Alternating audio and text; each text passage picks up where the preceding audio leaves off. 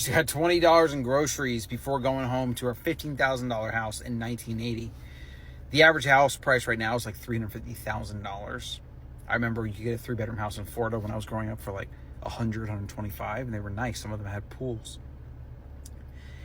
When they print a bunch of money, real estate becomes an inflation hedge for most people, or at least a store of value. I mean, it's not really a hedge because it kind of tracks with inflation, but it's a way to kind of preserve your purchasing power. And that's why we see home prices, real estate prices generally just tracking up right alongside inflation. But the math will eventually not work because you still have rental markets, you still have things like Airbnb, mortgages, you have home insurance, and literally all these things have been increasing in value, and not value, but price. Eventually that's going to break. And I believe we're actually seeing that. The real estate market out here, I've been looking in Florida, so many listings, so many motivated sellers, and so many price cuts. Now, of course, we're at 7.5% interest rates. Like, I mean, that's a pricey mortgage compared to the 1, 2, 3, even freaking 0% mortgages, where people are basically getting free money, free homes. But I digress. It's not supposed to go up. Now, your whole life, my whole life, being 39 now, we think prices are supposed to go up every single year, but they're not.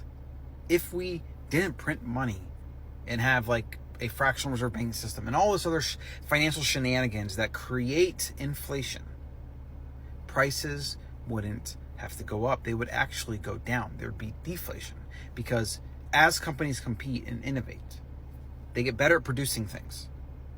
And this is why every economist on earth will agree with the statement that all prices fall towards the marginal, I believe it's the marginal cost of production, right? So what it means is like eventually competition comes in and everybody gets better at making stuff. Prices come down. They get closer and closer and closer to how much it costs to produce something, pretty much everything, right? And that just sometimes takes a very long time to happen, but that's how it works. That's the market. That's economics. So you could actually get more food, bigger house, and a better life for less money over time. Instead, they print money and they rob from us. That's what it is. If you spend more on something in any given year, that's them robbing. They don't go into your bank account and take it. They just make more money, so your money's worth less.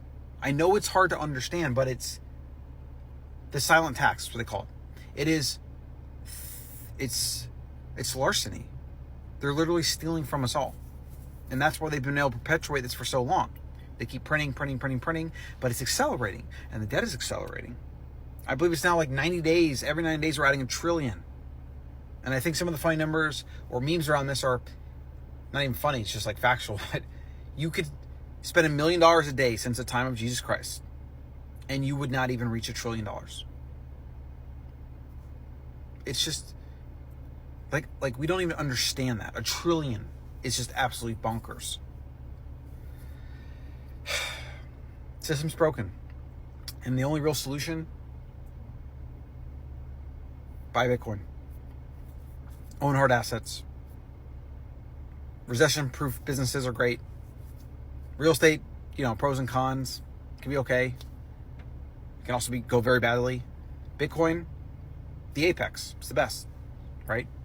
And I use it as my primary savings, long-term wealth protection, protect my family from these bureaucrat printing pieces of shit.